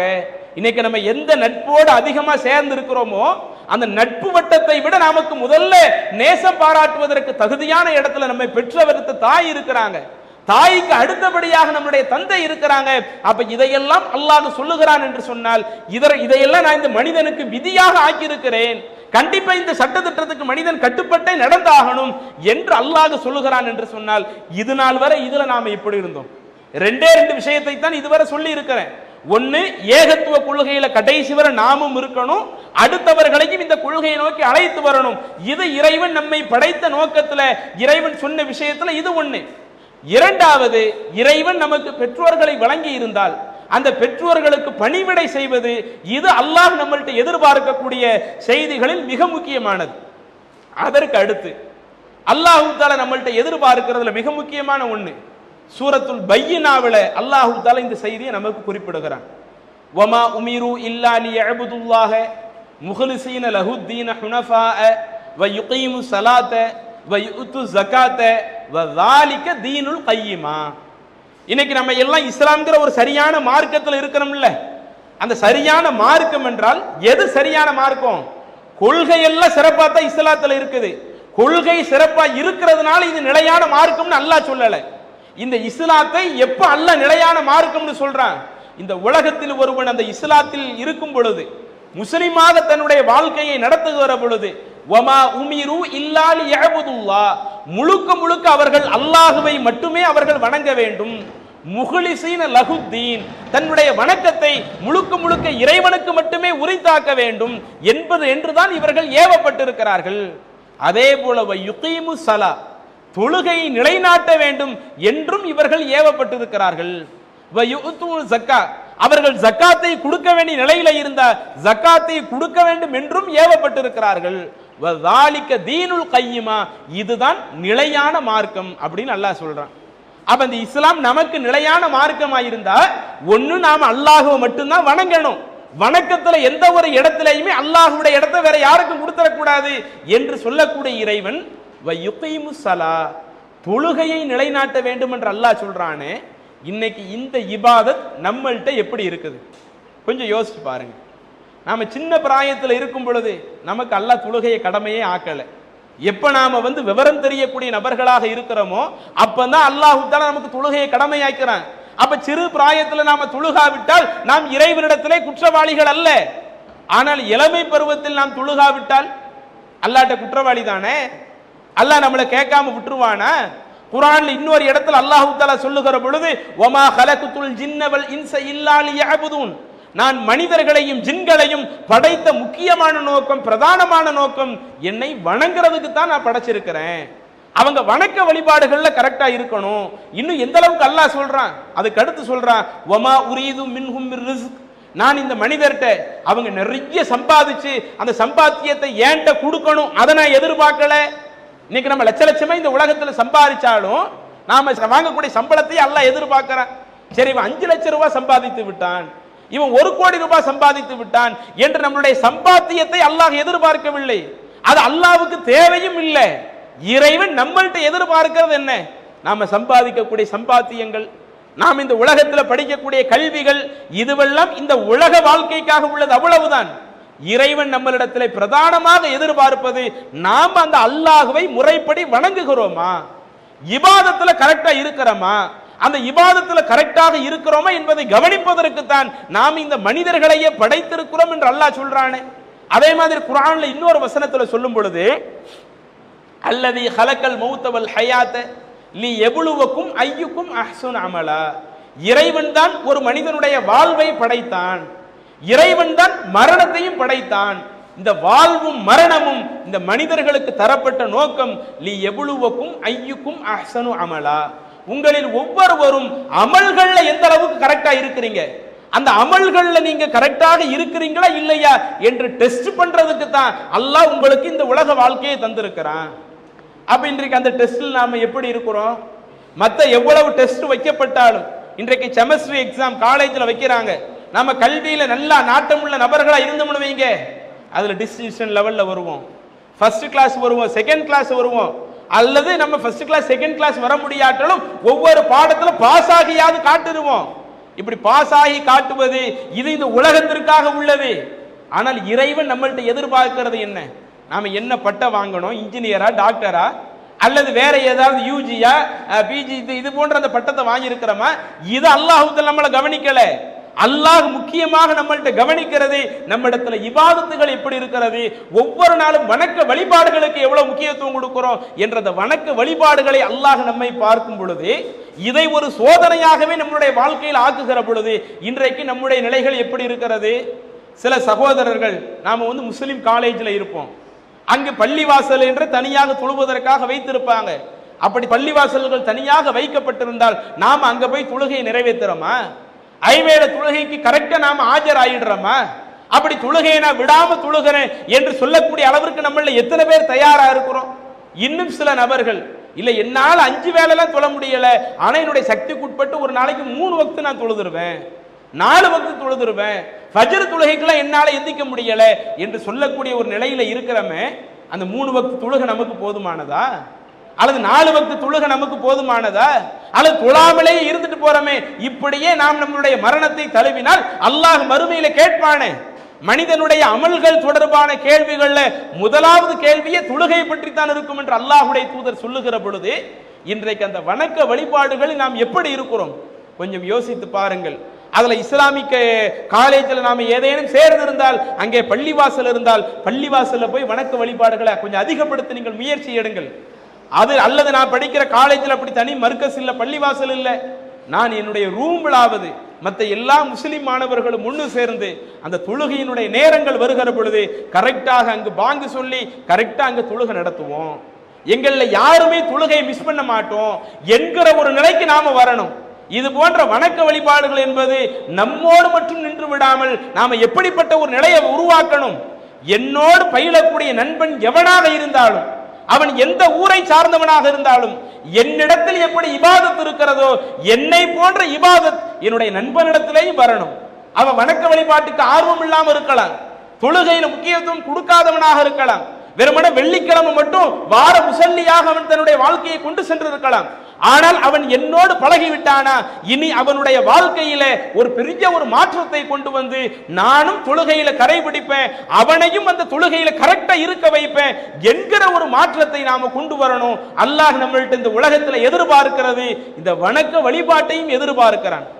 அதே மாதிரி பாருங்க, கொஞ்சம் அப்படியே ரசூலுல்லாஹி ஸல்லல்லாஹு அலைஹி வஸல்லம் காலத்திற்கு பயணிச்சு வாங்க. அல்லாஹ்வின் தூதருடைய காலத்துல ரசூலுல்லாஹி ஸல்லல்லாஹு அலைஹி வஸல்லம் அவர்கள் இளைஞர் பட்டாளத்தை உருவாக்கினார்களே. எப்படிப்பட்ட இளைஞர் பட்டாளம்? இன்றைக்கு நம்முடைய ஆட்களை எடுத்துக்கிட்டா படிக்கக்கூடிய நேரம் போக அதிகமாக பொழுதுபோக்குக்கு நேரத்தை செலவழிச்சுக்கிட்டு இருக்கிறோம். நண்பர்களோடு கூடி சேர்ந்து உட்கார்ந்து பேசணும் என்ற அந்த பேச்சு, அதுவும் மார்க்கத்துக்கு உட்பட்ட பேச்சா இருந்தா பிரச்சனை இல்லை, எது அனாவசியமான பேச்சாக இருக்குதோ அதுக்கு நாம நிறைய நேரத்தை செலவழித்துக் கொண்டிருக்கிறோம். அதே போல இன்றைக்கு போன் வந்த பிறகு எல்லாமே போன்ல அதிகமாக மூழ்கி கிடக்கிறோம். போன்ல நமக்குன்னு ஃபேஸ்புக்ல தனி அக்கௌண்ட் வச்சிருப்போம், வாட்ஸ்அப் நமக்குன்னு தனியா இருக்குது, ட்விட்டர் நமக்குன்னு தனியா இப்படி என்னென்ன இருக்குதோ எல்லாத்தையும் போன்ல வச்சிருக்கிறோம். சரி, அவ்வளவு வச்சிருக்கிறோம்ல, இதுல நாம எதுக்காக பயன்படுத்தணும்? நாம யூடியூப் பயன்படுத்தினதா இருக்கட்டும், இன்னொரு சமூக வலைதளங்களை பயன்படுத்தினதா இருக்கட்டும், இதிலே நாம் எதற்காக பயன்படுத்தி இருக்கிறோம்? எவ்வளவு நன்மையான காரியத்திற்காக இந்த சமூக வலைதளத்தை பயன்படுத்துறோம். சமூக வலைதளம் என்பது அதை நாம் பயன்படுத்தக்கூடிய விதத்தில் நிறைய நன்மைகளை பெறலாம். அதை நன்மையான காரியத்தில் பயன்படுத்தணும்னு வைங்க, அளவில்லாத நன்மைகளையும் பெறலாம். அதுவே நாம் பயன்படுத்துவது தவறான விஷயத்திற்கு பயன்படுத்தி விட்டால் தீமைகளிலேயே ரொம்ப அதிகமா பெறலாம். அப்ப அந்த அளவுக்கு இருக்கிற பொழுது இன்றைக்கு நம்முடைய நேரத்தை எப்படி கழிச்சுக்கிட்டு இருக்கிறோம்? பேஸ்புக்ல நிறைய நேரத்தை செலவிட்டாலும், வாட்ஸ்அப்ல நிறைய நேரத்தை செலவிட்டாலும், இன்னும் சொல்ல போனா இன்றைக்கு வெளியே சில இளைஞர்களை நாம பார்க்கிறோம், போன்ல கேம்ல நிறைய நேரத்தை உட்கார்ந்து வீணடிச்சுக்கிட்டு இருக்கிறாங்க. அப்படி கேம் விளையாண்டு நமக்கு என்ன நடக்க போகுது? இன்னும் சில ஆட்கள் ஆன்லைன் கேம்ல இறங்கி நிறைய பொருளாதாரத்தை இழந்து நடுத்தரவுக்கு வரக்கூடியவர்கள் நாளுக்கு நாள் அதிகரிச்சுக்கிட்டு இருக்கிறாங்க. சரி, நான் ஆன்லைன்ல இறங்கல, சும்மா நண்பர்களோடு சேர்ந்து உட்கார்ந்து விளையாண்டுக்கிட்டு இருக்கிறேன். அப்படி சேர்ந்து உட்கார்ந்து விளையாடும் பொழுது நைட்டு 10 மணி, 11 மணி, 12 மணி ஆனாலும் தூங்குவதற்கு நாம செல்றது இல்ல, போன்ல உட்கார்ந்து விளையாண்டுக்கிட்டு இருக்கிறோம். அதுக்கு பிறகு நாம எங்க ஃபஜ்ர் தொழுகைக்கு எந்திக்கிறது? வணக்க வழிபாடு நம்மள்ட்ட எப்படி கரெக்டா இருக்கிறது? இன்னும் சொல்ல போன சில இடங்கள்ல நம்ம நைட்டு எங்கேயாவது போறோம்னு வைங்களேன், திடீர்னு அட்ரான்னு வருது. சுடுறா, என்னடா அடிடா சுடுடா, எல்லாம் 4 பேர் உட்கார்ந்து என்ன செய்யறாங்க, அந்த குரூப் கேம் விளையாண்டு நீ அவனை அடி, அவனை சுடு. சரி, அப்படி கேம் விளையாண்டு நமக்கு ஒண்ணு உடற்பயிற்சியாத ஏதாவது இருக்குதா? அப்படி நிறைய நேரத்தை செலவிடுறோமே. இல்ல நான் அப்படி செய்யறதுனால இன்னைக்கு ஜிம்முக்கு போனாலும் உடம்புக்காவது ஒரு பயிற்சி கொடுத்த மாதிரி இருக்கும். எதுவும் இல்லாம இப்படி வீணான காரியத்திற்கு நிறைய நேரம் செலவழிக்கிறோமே, மறுமை நாள் அல்லாஹு தஆலா மறுமையில சொர்க்கத்திற்கு சொர்க்கவாசிகள் அனுப்பிடுவான், நரகத்துக்கு நரகவாசிகள் அனுப்பப்படுவாங்க. இப்படி சொர்க்கத்திற்கும் நரகத்திற்கும் ஆட்கள் அனுப்பப்பட்ட பிறகு சொர்க்கவாசிகள் நரகவாசிகளை பார்த்து கேட்பாங்களாம், மா சலக்கக்கும் ஃபீ சகர், இப்படி சக்கர்னு சொல்லக்கூடிய நெருப்புல விழுந்து கிடக்குறீங்களே, எதுக்காக இப்படி நெருப்புல விழுந்து கிடக்குறீங்கன்னு கேட்கும் பொழுது அப்போது அவர்கள் சொல்லுவார்களாம், லம் நகு மினல் முஸல்லீம், முதலாவது காரணம் நாங்க நரகத்திற்கு வந்ததே தொழுகையை ஒழுங்கா கடைபிடிக்கல. அல்ல, அதுதானே எங்கள்கிட்ட முதல்ல எதிர்பார்த்தா. நாங்க அந்த இபாதத்துல இந்த உலகத்தில் அல்லாஹ் எங்கள்கிட்ட எதிர்பார்த்ததே எத்தனை வருஷம் நாம வாழ்ந்தோமோ தொழுகை அல்லாஹ் எதிர்பார்த்தான், அந்த தொழுகையை நாங்க கடைபிடிக்கல. வலம் நகு மின் நுத்இமில் மிஸ்கீன், ஏழைகளுக்கு உணவளிக்க சொல்லி அல்லாஹ் சொன்னா அதை நாங்க ஒழுங்கா கடைபிடிக்கல. அடுத்து சொல்லுவாங்களாம், வ குன்னா நஹூது மஅல் ஹாயிதீன், சில நபர்கள் தங்களுடைய நேரங்களை வீணான காரியத்தில் செலவழிச்சாங்க. எதுல அவங்களுக்கு எந்த பிரயோஜனம் இல்லையோ, எதுல இந்த இஸ்லாமிய மார்க்கத்தில் எந்த பிரயோஜனம் இல்லையோ, இப்படி பிரயோஜனம் இல்லாத வீணான காரியத்தில் சில நபர்கள் தங்களுடைய நேரத்தை செலவழிக்கும் பொழுது அவங்கள பார்த்து நாங்க சுதாகரிக்கணுமே, அவங்கள பார்த்து நாங்க எங்க வாழ்க்கையை திருத்தணுமே, நாங்க என்ன பண்ணிட்டோம், அவங்களோடு சேர்ந்து நாங்களும் எங்க நேரத்தை வீணா கழிச்சிட்டோம், அதுதான் எங்களை இந்த மாதிரி நரகத்தில் கொண்டு வந்து தள்ளிடுச்சு என்று மறுமை நாள்ல நரகவாசிகள் காரணம் சொல்லுகிறார்கள். என்றால் இப்படிப்பட்ட ஒரு நிலையில அல்லாஹ் தஆலா நம்மளை ஆக்கணுமா? கொஞ்சம் யோசிச்சு பாருங்க. இந்த உலகம் என்பது நமக்கு திருந்துவதற்கு இன்னொரு வாய்ப்பு கிடைக்கும், ஆனா மறுமையில் போய்விட்டால் எந்த திருந்துவதற்கான வாய்ப்பு இல்லையே. அப்ப இன்றைக்கு நம்முடைய இளைஞர் பட்டாளத்தை எடுத்துக்கிட்ட முழுக்க தங்களுடைய நேரங்களை வணக்க வழிபாடுகளுக்கு செலுத்துறதில்லை, சில நேரங்களில் கல்விகளுக்கு முக்கியத்துவம் கொடுக்கறதில்லை, பெற்றோர்களுக்கு கட்டுப்பட்டு நடக்கிற விஷயங்கள்ல சரியா நடக்கிறதில்லை, எவ்வளவோ பயனற்ற வழிகளில் தேவையற்ற காரியங்கள்ல நேரத்தை செலவழித்துக் கொண்டே செல்லுகிற பொழுது அல்லாஹ்வுடைய தூதர் உருவாக்கிய அந்த சமூகத்தை எடுத்து பார்த்தால் அதில் இருக்கக்கூடிய இளைஞர் பட்டாளம் ஒரு சமுதாயத்திலேயே பெரிய மாற்றம் ஏற்படுத்துகிற அளவிற்கு, ஒரு சமுதாயத்திலேயே பெரும் புரட்சியை ஏற்படுத்தக்கூடிய அளவிற்கு ஒரு பெரிய ஒரு வாழ்க்கையை வாழ்ந்து காட்டினார்கள். உதாரணத்திற்கு சொல்வதாக இருந்தால் அல்லாஹ்வுடைய தூதர் மக்காவிலே இறை தூதராக பிரச்சாரம் செய்கிறார்கள். கடுமையான எதிர்ப்பு, எந்த அளவுக்கு அங்கு இஸ்லாத்தை ஏற்றுக்கொண்டவர்களுக்கு அடி உதை என்று பல நெருக்கடிகள் உள்ளாகும் பொழுது சில சஹாபாக்களை ரசூலுல்லாஹி ஸல்லல்லாஹு அலைஹி வஸல்லம் அவங்க அபிசீனியா நாட்டுக்கு அனுப்பி வைக்கிறாங்க, நீங்க அங்கேயாவது போய் இஸ்லாத்தை ஒழுங்கா கடைபிடிச்சிருங்க. இன்னும் ஒரு கட்டத்தில் நாமளே இங்க இருக்க முடியாது, நாமளே இந்த மக்கா விட்டு வேற ஒரு இடத்துக்கு போகக்கூடிய ஒரு நிலை வந்துடும் என்று வருகிற பொழுது சரி, அப்ப இதுக்கு மக்காவை விட்டு நாம் சென்றால் மதீனாவிற்கு தான் செல்ல முடியும் என்கிற ஒரு முடிவிற்கு அல்லாஹ்வுடைய தூதர் வர்றாங்க. வரும்போது என்ன பண்றாங்கன்னா, முதல்ல ரசூலுல்லாஹி ஸல்லல்லாஹு அலைஹி வஸல்லம் மதீனாவுக்கு ஹிஜ்ரத்துக்கு போயிடாம சில சஹாபாக்களை அனுப்பிச்சு வைக்கிறாங்க. சில சஹாபாக்கள் என்றால் யார்? 70 வயசுக்கு மேல உள்ளவங்க, 50 வயசுக்கு மேல உள்ள அந்த வயோதிகர்களை அனுப்பல.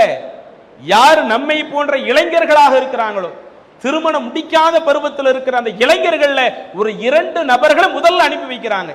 அதில் அந்த மதீனத்து தோழர்கள் சொல்லக்கூடிய நபிமொழியை சஹீஹுல் புகாரியிலே பார்க்கிறோம். எங்களிடத்தில் மதீனாவிற்கு ஹிஜ்ரத் பண்ணி வந்த தோழர்கள்ல முதலாவது அப்துல்லாஹ் இப்னு உம்மி மக்தூம் என்கிற அந்த நபித்தோழர் வந்தாங்க. முஸஅப் இப்னு உமைர் என்கிற இந்த நபித்தோழர் வந்தாங்க. இந்த அப்துல்லாஹ் இப்னு உம்மி மக்தூம், முஸஅப் இப்னு உமைர் அவங்க யாருன்னா ரொம்ப இளைஞர்கள். அந்த இளைஞர்கள் தான் மதீனாவுக்கு வந்தாங்க. மதீனாவிற்கு வந்து அவர்கள் செய்த முதலாவது வேலை, எங்கள்ல யாருக்குமே குர்ஆனுடைய சட்டங்கள் தெரியாம இருந்துச்சு, குர்ஆன் ஓத தெரியாம இருந்துச்சு. 2 இளைஞர்கள் வந்தாங்களே, ஒவ்வொரு நாளும் காலையில எங்களை வந்து ஒண்ணு கூட சொல்லுவாங்க. நாங்க இளைஞர்கள் பெரியவங்க என்று எல்லாருமே ஒண்ணு கூடுவோம். எங்களுக்கு அந்த குர்ஆனுடைய சட்டங்களை சொல்லி கொடுப்பாங்க, குர்ஆன் ஓதக்கூடிய முறைகளை சொல்லி கொடுப்பாங்க. அவங்க மூலமா நாங்க இஸ்லாத்தினுடைய சட்டத்தை நிறைய தெரிஞ்சுக்கிட்டோம். அதுக்கு பிறகு அல்லாஹ்வுடைய தூதர் மதீனாவுக்கு வர்றாங்க. நாங்க நிறைய பேர் அல்லாஹ்வின் தூதருக்கு எந்த எதிர்ப்பும் தெரிவிக்காம, மக்காவுல சொந்த ஊரு விரட்டி அடிக்கிறாங்க, ஆனா மதீனாவுல எந்த எதிர்ப்பும் இல்லாமல் அல்லாஹ்வுடைய தூதர் அங்க வருகிறார்கள் என்று தெரிந்தவுடனே ஒட்டுமொத்த மதீனா நகரமே அதிகமான சந்தோஷம் கொண்டது. அப்ப அந்த அளவுக்கு சந்தோஷம் வருவதற்கு காரணம், அந்த மதீனாவில் ஒரு பெரிய மாற்றங்கள் வருவதற்கு காரணம் அப்துல்லாஹ் இப்னு உம்மி மக்தூம் என்கிற அந்த ஒரு இளைஞர், முஸஅப் இப்னு உமைர் என்கிற அந்த இளைஞர். அவங்க மதீனாவிற்கு முன்னாடியே வந்து சும்மா அவங்க தங்களுடைய நேரங்களை வீணாக கழித்து விடாமல் அந்த சமுதாயத்திடத்தில் சீர்திருத்தம் செய்வதற்காக, அவங்களுக்கு குர்ஆனுடைய சட்டங்களை எடுத்து சொல்வதற்காக, அவங்களுக்கு நபிமொழியினுடைய விளக்கங்களை எடுத்து சொல்வதற்காக, என்னென்ன அனாச்சாரங்கள் அந்த சமுதாயத்தில் இருக்கிறதோ அதிலிருந்து அந்த சமுதாயத்தை மீட்பதற்காக தங்களுடைய நேரத்தை செலவழிக்கிறார்கள். ஒரு பெரும் மாற்றம் வந்ததே. ஏன் இன்னைக்கு நம்மளால அப்படி கொண்டு வர முடியல? சமூக வலைதளங்கள்ல நிறைய நேரத்தை நாம செலவழிக்கிறோமே, அந்த நேரத்தை நாம மார்க்கத்தையும் கொஞ்சம் கற்றுக்கொண்டு, குர்ஆனுடைய சட்டதிட்டங்களையும் கொஞ்சம் கற்றுக்கொண்டு, நம்மளோடு பழகக்கூடியவங்களுக்கு ஃபர்ஸ்ட் மார்க்கத்தை எடுத்து சொல்லி, நாம இருக்கக்கூடிய பகுதிகளில் உள்ள எல்லா நபர்களுக்கும் மார்க்கத்தை எடுத்து சொல்லுவோம் என்கிற ஒரு முடிவிற்கு வந்தால் என்ன? இப்படி வர்றதுனால எதுவும் பிரச்சனை இருக்குதா? இப்படி வர்றதுனால எதுவும் இடையூறு இருக்குதா? இன்னும் சொல்ல போனால் நம்மள உள்ள சகோதரர்கள்ல நிறைய பேருக்கு குர்ஆனை ஓத தெரிகிறது இல்லை, ஆனால் ஓத தெரிந்த 1-2 சகோதரர்கள் நம்மளோடு பழகுகிறார்கள். அப்ப நம்மளுடைய நட்பு வட்டத்துல யாரெல்லாம் குர்ஆன் ஓத தெரிகிறதோ அவங்க என்ன ஒரு முடிவுக்கு வரலாம்? என் ஃப்ரெண்ட்ஸ்ல எத்தனை பேர், அல்லது என்னுடைய காலேஜ் மேட் அல்லது என்னுடைய ரூம் மேட்ல எத்தனை பேர் குர்ஆன் ஓத தெரியாம இருக்கிறானோ அவனை குர்ஆனை ஓதக்கூடியவனாக நான் உருவாக்குவேன்.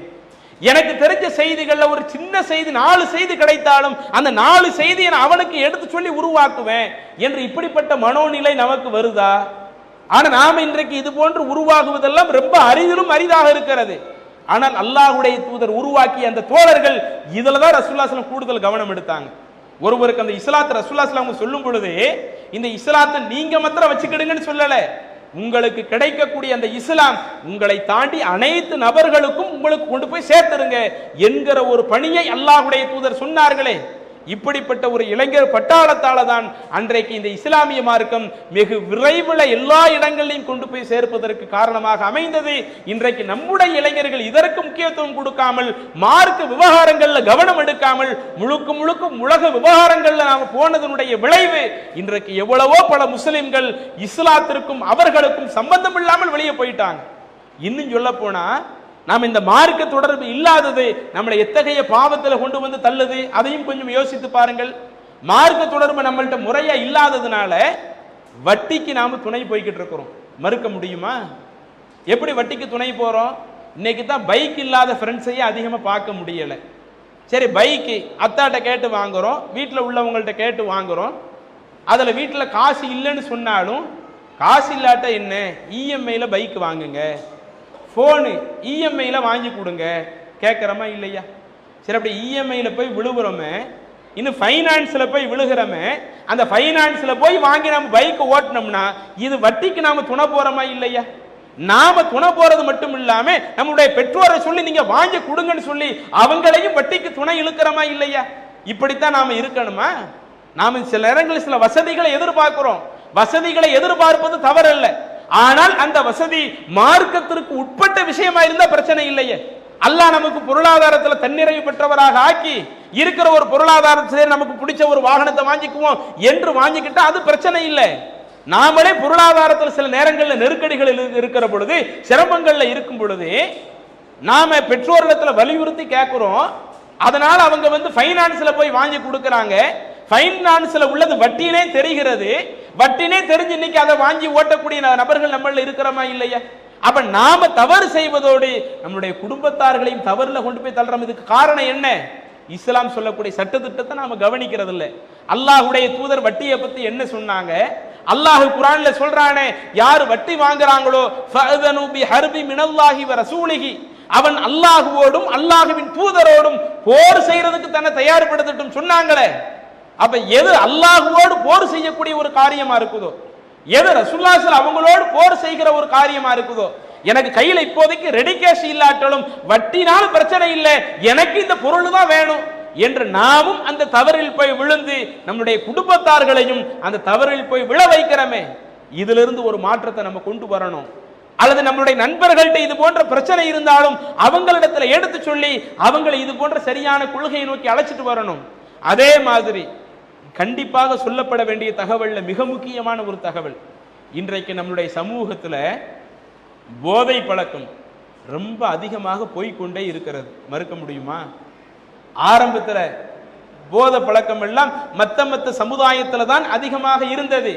நம்ம சமூகத்துல 1000ல் ஒருத்தன், லட்சத்துல ஒருத்தன் என்கிற அளவிற்கு தான் ஆரம்பத்தில் சாராயம் குடிச்ச நபர்களாக இருந்திருப்பாங்க.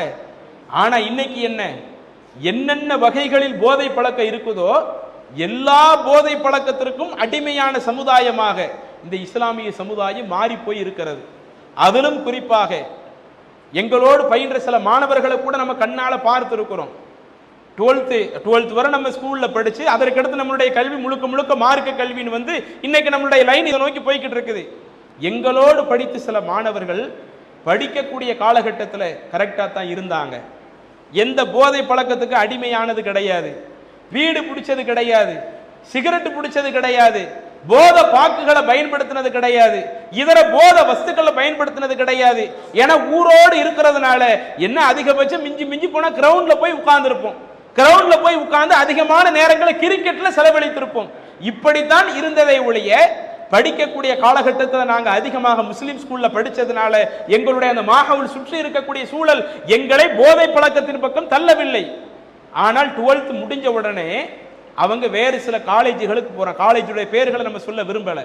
வேறு சில காலேஜுகள் வெளியூர்ல தங்கி படிக்கிற பொழுது பெற்றோருடைய கண்காணிப்பு அவர்களுக்கு கொஞ்சம் குறைகிறது. ஏன்னா வெளியூர்ல ஹாஸ்டல்ல 24 மணி நேரம் பெற்றோர் நம்மளை கண்காணிச்சுக்கிட்டே இருக்க முடியுமா? பெற்றோருடைய கண்காணிப்பு குறைகிறது. அதுல கூட சேரக்கூடிய அந்த நட்பு வட்டம் கரெக்டா இருந்துட்டாங்கன்னு வைங்க, ஒருவேளை நாம மனிதன் அடிப்படையில் ஒரு தவறு போய் விழ நினைச்சாலும் நம்முடைய நண்பர்கள் நம்மளை தடுத்து நிறுத்திடுவாங்க. ஆனா கூட சேர்ந்த நட்பு வட்டம் சரியாக இல்லாததுனால 12வது வகுப்பு வரை படிக்கிற பொழுது எந்த பீடி பிடிக்கிறதுக்கு, சிகரெட் பிடிக்கிறதுக்கு, போதை பாக்குகளை பயன்படுத்துவதற்கு ஒரு துளி அளவு கூட நாட்டம் இல்லாமல் இருந்த நபர் 3 வருஷம் காலேஜ் முடிச்சுட்டு வர்றான், இவ்வளவு பழக்கத்தையும் படிச்சுட்டு வர்றான். அப்ப இது நமக்கு என்ன காட்டுகிறது? அப்பயே ஒரு 15 வருஷத்துக்கு முன்னாடியே இந்த இது நடக்குது. அப்ப 15 வருஷத்துக்கு முன்னாடியே இப்படி போதை பழக்கம் நம்மளுடைய சமுதாயத்தில் ஊடுருவுதுன்னா இன்னைக்கு எந்த அளவிற்கு போதை பொருட்கள் ரொம்ப அதிகமாக சர்வ சாதாரணமா கிடைக்குது. கஞ்சா பழக்கம் சர்வ சாதாரணமாக இன்றைக்கு இருந்து கொண்டிருக்கிறது. இன்னும் சொல்ல போன எத்தனையோ இஸ்லாமிய ஊர்கள்ல விக்கிறவனும் முஸ்லீமா இருக்கிறான், வாங்கி சாப்பிடுறவனும் முஸ்லீமா இருக்கிறான். அப்ப இது போன்ற அந்த போதை பழக்கத்துல ஒட்டுமொத்தம் இன்னைக்கு சமுதாயம் மூழ்கி போய் கிடக்குது. இது அல்லாஹ்வுடைய தூதர் நமக்கு தடுக்கலையா? அது போன்ற பழக்கம் நம்மில் சில ஆட்களுக்கு இருந்தா நம்ம அந்த அற்ப சந்தோஷத்தை மட்டும்தான் எதிர்பார்க்கிறோம், அற்ப இன்பத்தை மட்டும்தான் எதிர்பார்க்கிறோம்.